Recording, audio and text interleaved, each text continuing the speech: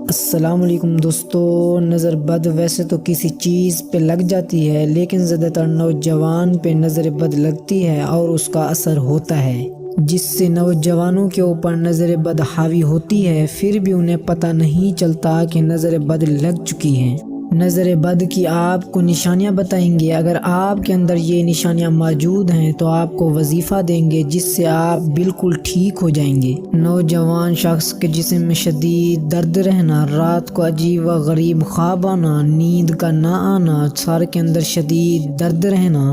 دوستو، نظر بد برحق ہے نوجوان کے چہرے پہ اچانک سے چھایاں آ جانا، کچھ تو جوانی کی وجہ سے دانے آ جاتے ہیں، چھایاں نظر بد ہیں۔ نظر بد نوجوان کی آنکھیں لال ہو جانا، آنکھوں کے اندر شدید درد رہنا تو آنکھوں کے نیچے کالے دھبے آ جانا۔